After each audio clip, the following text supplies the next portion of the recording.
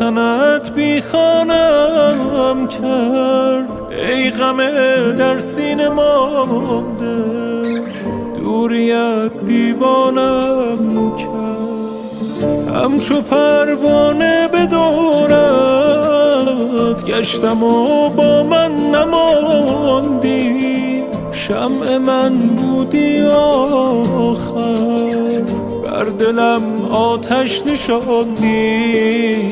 آرام آرام نشستی در دل من ای آشنا، آرام آرام گذشتی از کنارم نامهربان.